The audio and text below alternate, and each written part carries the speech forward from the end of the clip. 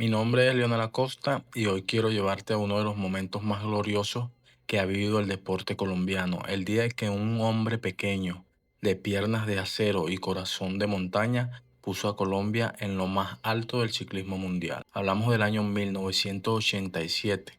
Luis Lucho Herrera, un humilde trabajador de una floricultura en Fusagasugá, apodado cariñosamente como el jardinerito, se enfrentaba a los más grandes ciclistas del planeta en la Vuelta a España. No venía con el respaldo de una superpotencia deportiva ni con décadas de tradición ciclística. Venía con lo que había dado su tierra, pulmones forjados en el aire delgado de los Andes y una determinación que ningún rival podía medir en los llanos.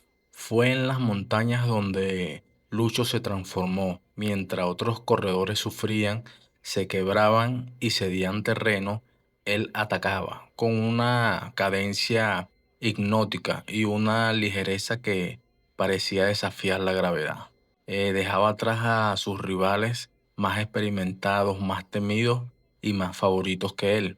Cada puerto de montaña era su territorio, cada kilómetro de ascenso su hogar. A lo largo de 3 semanas de competencia feroz, Herrera no solo defendió su posición, la construyó etapa tras etapa, con regularidad, con inteligencia y con instinto puro de un escalador nato. Aquel triunfo sacudió el ciclismo internacional. Por primera vez, una nación latinoamericana se coronaba en una de las tres grandes competencias del mundo. Desde entonces, Colombia no volvió a ser solo un país en el mapa del ciclismo, se convirtió en una amenaza en cada montaña, en cada ascenso y en cada gran vuelta del mundo. La victoria de Lucho Herrera en 1987 no solo fue un resultado deportivo, fue una declaración al mundo.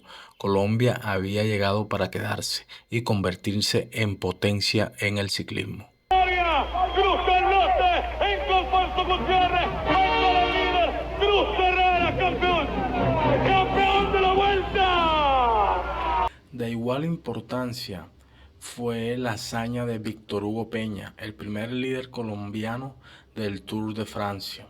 En esta carrera que se disputa desde el año 1903, los mejores ciclistas del planeta se enfrentan durante 3 semanas en una prueba de resistencia, táctica y valentía.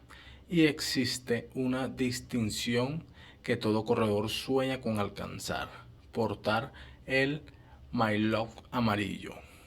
Esa prenda de un color inconfundible la viste cada día el ciclista que encabeza la clasificación general.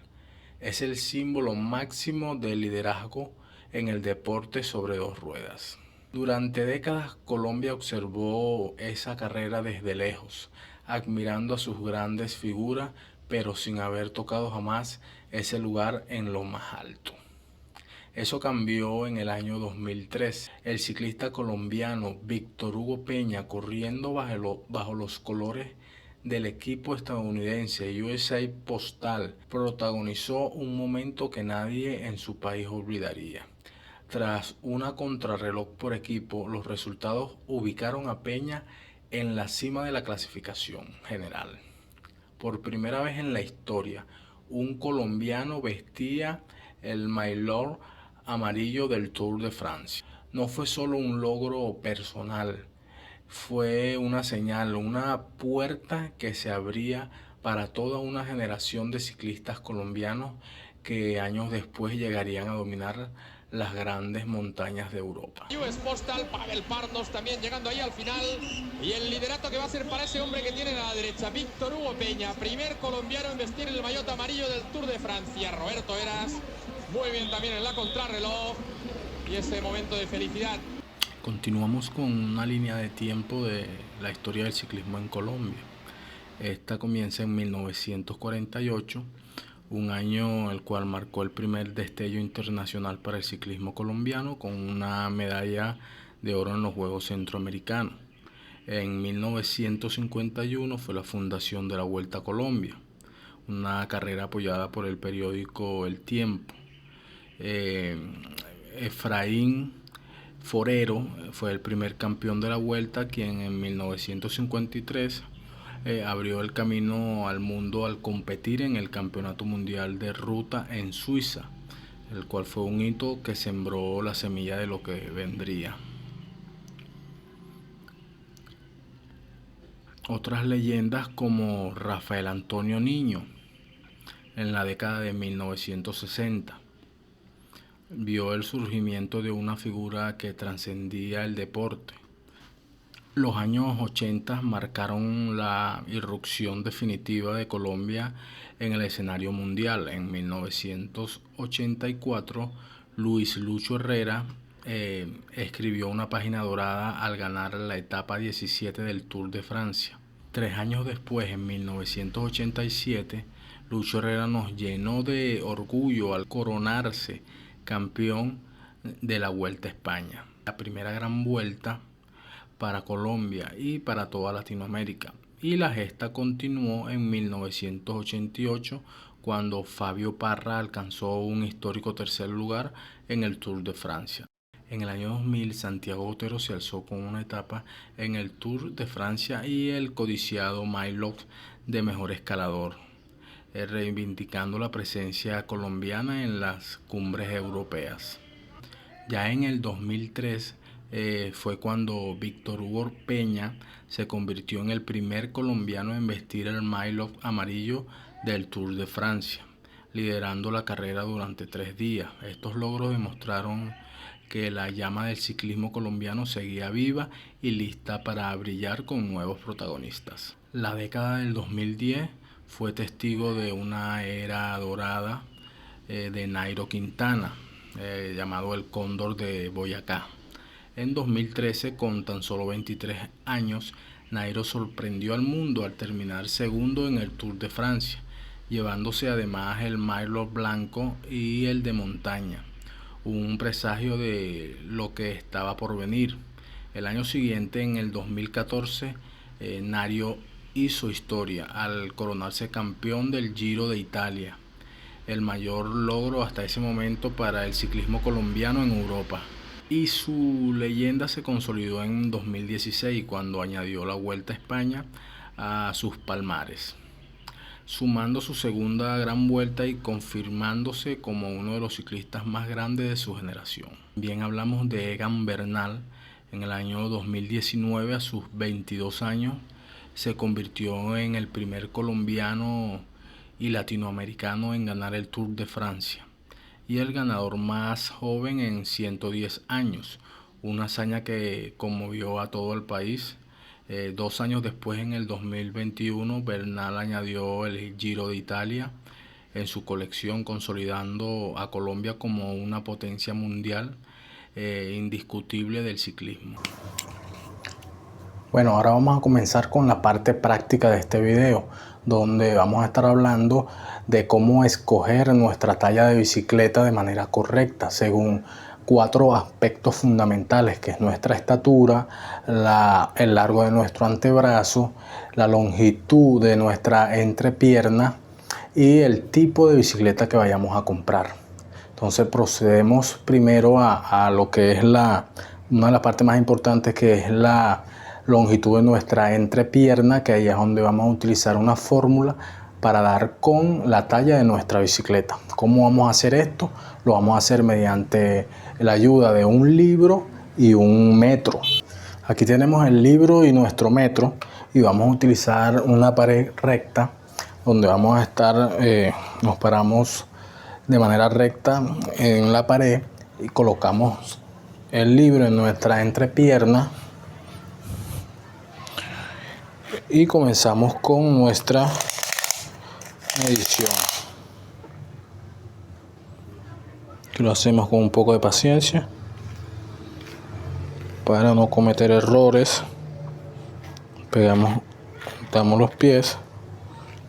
Ya con este resultado, que nos dio 73 centímetros exactos, podemos aplicar nuestra fórmula. Para bicicletas de montaña, usamos nuestro resultado de nuestra entrepierna, que fueron 73 centímetros, y lo multiplicamos por 0.21, que nos da este resultado. Ahora, para bicicletas de ruta, utilizamos nuestro resultado, multiplicamos por 0.65. Hay que resaltar algo, que en las bicicletas de montaña nuestro resultado sería en pulgadas y en las bicicletas de ruta nuestro resultado sería en centímetros. Pasamos ahora a observar la tabla y buscamos nuestra talla con los resultados obtenidos en la bicicleta de montaña. Fue un total de 15.3 pulgadas.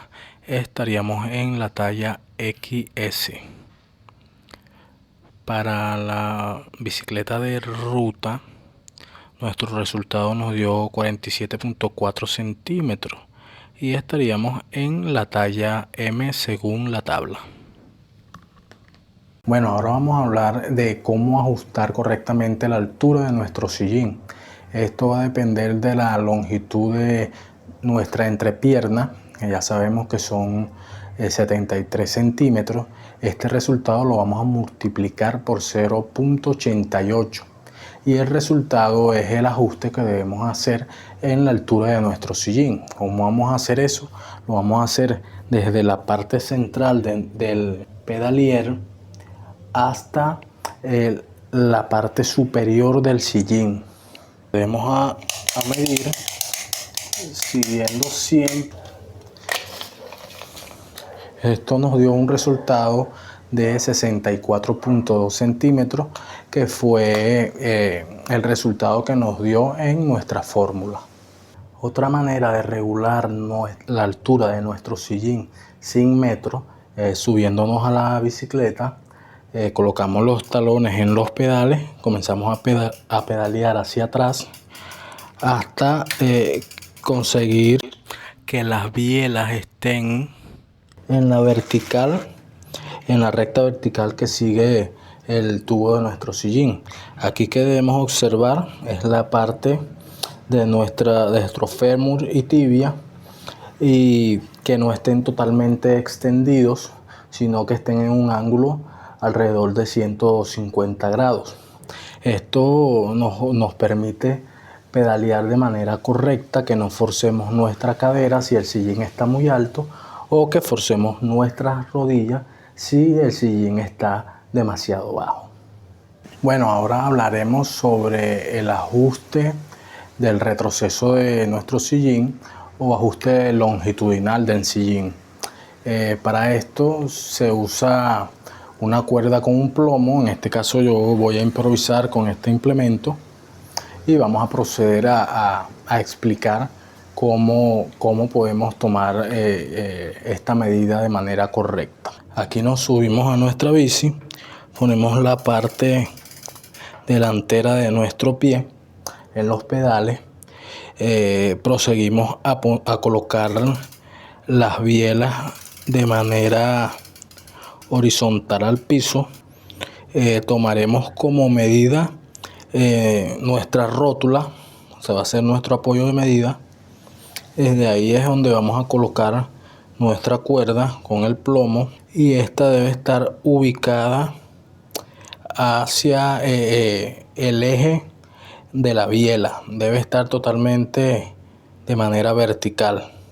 En este caso podemos observar que nuestro implemento está totalmente vertical y ajustado al borde de la biela de nuestra bicicleta. De esta manera podemos asegurar que nuestro sillín está en una buena posición. Si nuestro ajuste longitudinal del sillín está un poco pasado o en retroceso, debemos hacer los ajustes y nuevamente ajustar también nuestra altura, ya que esto modifica la altura. Muchísimas gracias.